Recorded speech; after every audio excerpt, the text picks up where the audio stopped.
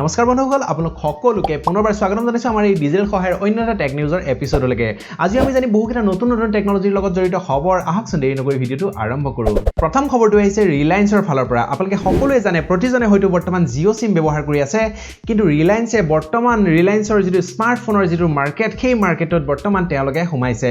ৰিলায়েন্সে কথা পাতিছে আপোনালোকে বহুতে হয়তো জিঅ' ফোন 1 বা জিঅ' ফোন 2 আপোনালোকে ব্যৱহাৰ কৰে কিন্তু ৰিলায়েন্সে নতুনকৈ এটা স্মাৰ্টফোন আনিব সেইটো ফ্লেক্স বুলি এটা কোম্পানী আছে ইউনাইটেড ষ্টেটৰ সেই কোম্পানীটোৰ লগত তেওঁলোকে কথা পাতিছে প্ৰায় 500 কোটি মান তেওঁলোকে স্মাৰ্টফোন অৰ্ডাৰ কৰিছে হয়তো আপোনালোকে জিঅ' ফোন 3 হিচাপতো এই মোবাইল ফোনটো দেখিবলৈ পায় কিন্তু আপোনালোকে জানি লওক যে অতি সোনকালে আপোনালোকে ৰিলায়েন্সৰ ফালৰ পৰা এটা নতুন স্মাৰ্টফোন আপোনালোকে দেখিবলৈ পাব এই খবৰটো আহিছে Xiaomiৰ ফালৰ পৰা যোৱাকালি আপোনালোকক মই কৈছিলো যে Redmi 7 ৰ যিটো সিৰিজ হ'বলৈ গৈ আছে বৰ্তমানলৈকে এই মোবাইল ফোনটো এতিয়াও লঞ্চ কৰা নাই কিন্তু অতি সোনকালে আপোনালোকে দেখি পাব এই Redmi 7 Pro সিৰিজটো ইয়াত যিটো বৰ্তমান আজি যিটো নিউজ আছে সেইটো হৈছে Redmi 7 ৰ যিটো সিৰিজ হয় এই সিৰিজটো তেওঁলোকে TENAA বুলি এটা এন্ড্ৰইড কমিউনিটি আছে সেই কমিউনিটিটো তেওঁলোকে স্পট কৰিছে আৰু তাৰ ওপৰত আজি আপোনালোকক মই দুটা নিউজ স্পেশালি ইয়াৰ বিষয়ে দিব বিচাৰিছো আপোনালোকে এই যিটো Redmi 7 Pro মোবাইল ফোনটো এই মোবাইল ফোনটো আপোনালোকে সাধাৰণতে বাকি যেনেকৈ আপোনালোকে Redmi 5 Pro বা Redmi 6 Pro এই দুটা মোবাইল ফোনত আপোনালোকে পোৱা নাই ইয়াতে আপোনালোকে এটা ওয়াটাৰ নচ ডিসপ্লে দেখা পাব আৰু লগে লগে আপোনালোকে বাকি Redmi 6 Pro যেনেকৈ আছিল তাতকে অলপ দেখাত আপোনালোকে অলপ বেলেগ দেখিব আৰু লগে লগে ইয়াত কি ভাবি তেওঁলোকে দিছে নাজানো কিন্তু ইয়াতে তেওঁলোকৰ মতে ইয়াতে 2900 মাত্ৰ 2900 mAh এটা বেটাৰী হয়তো আপোনালোকে দেখিবলৈ পাব আজিৰ দিনত 2900 mAh যদি বেটাৰী দিয়ে তেনেহলে কিমান সময় বেকআপ দিব এই ফোনটো বাৰু নাজানো একচুয়ালি যেহেতু এতিয়ালৈকে লঞ্চ হোৱা নাই হয়তো ভৱিষ্যতে চেঞ্জো হৈ যাব পাৰে তথাপিও বৰ্তমান যিখিনি ইনফৰমেশন পাইছো সেইখিনি আপোনালোকক মই আজি জনাইছো 48 মেগাপিক্সেলৰ এটা মোবাইল কেনেকুৱা হ'ব বৰ্তমান মই যেটো ক্যামেৰাৰ পৰা শুট কৰি আছো বৰ্তমান ইয়াৰ মাত্ৰ 18 মেগাপিক্সেল এটা যদি মোবাইল ফোনৰ যদি 48 মেগাপিক্সেল হয় তেনেহলে ভাবি চাওক সেই মোবাইল ফোনটোৰ পৰা যদি আপুনি ফটো এটা তোলে তেনেহলে কেনেকুৱা হ'ব Huawei লঞ্চ কৰিলে এটা নতুন স্মাৰ্টফোন Huawei Nova 4S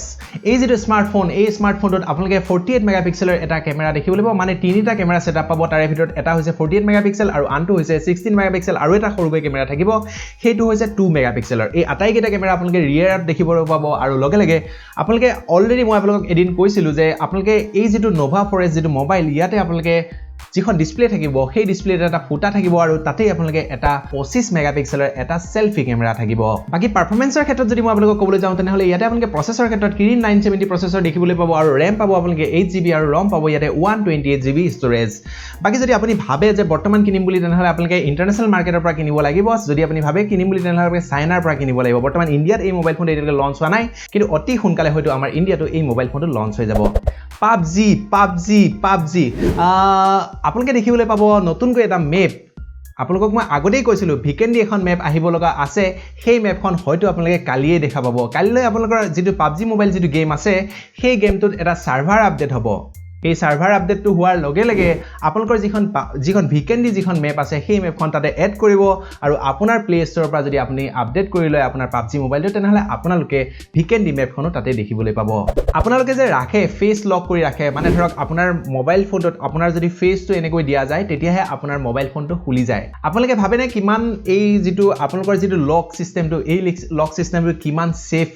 কাৰণ এই যেটো ফেস ৰিকগনাইজেশন যেটো টেকনলজি এই টেকনলজিটো এটা এনেকুৱা এটা মানে মুখা এখনৰ লগত যেটো নেকি 3D টেকনলজিৰ এখন মুখা সেই মুখাখনৰ লগত টেষ্ট কৰি চোৱা গৈছিল পাঁচটা বহুত দামী মোবাইল ফোন আটাইকেইটা মোবাইল ফোন ফেল কৰিছে তাৰ মানে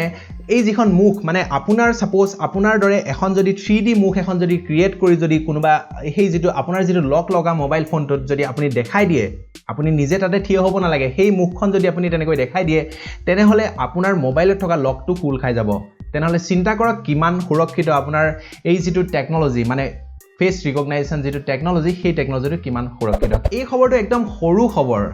আপোনালোকৰ যেটো গুগল মেপ আছে গুগল মেপত আপোনালোকে দেখিছে নিশ্চয় আপুনি যদি খানাপাৰাৰ পৰা যদি সাপোজ আপোনালোকে জালুকবাৰী বুলি লিখি দিয়ে তেতিয়া আপোনালোকে দেখা পায় উবেৰ বা ওলা এই সকলোবিলাক আহি যায় আৰু লগে লগে তাত আপোনালোকক দেখাই দিয়ে যে কিমান কিলোমিটাৰ আৰু তাৰ বাবদ আপোনালোকে কিমান টকা দিব লাগিব গতিকে বৰ্তমান আপোনালোকে ট্যাক্সি অৰ্থাৎ ট্যাক্সিটো দেখি এতিয়া বৰ্তমান নতুনকৈ আপোনালোকে দেখিবলৈ পাব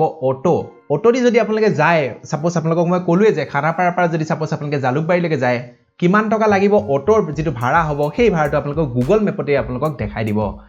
এটা ধুনীয়া ফিচাৰ্ছ আপোনালোকে এনেকুৱা ধৰণৰ সকলো ধৰণৰ টেকনলজিৰ লগত জড়িত হৈ থাকিবলৈ মোৰ চেনেলটো আপোনালোকে এতিয়াও যদি সাবস্ক্ৰাইব কৰা নাই তেনেহলে সাবস্ক্ৰাইব কৰি ল'ব এইখিনি আছিল আজিৰ টেকনলজিৰ লগত জড়িত খবৰ আপোনাৰ যদি ভাল লাগিলে তেনেহলে এই যেটো খবৰ আপোনালোকে সকলো বন্ধু বান্ধৱীলৈ ভিডিওটো শ্বেয়াৰ কৰি দিবলৈ নাপাহৰিব কালি আকৌ আমি পুনৰ লগ পাম ধন্যবাদ জয় অসম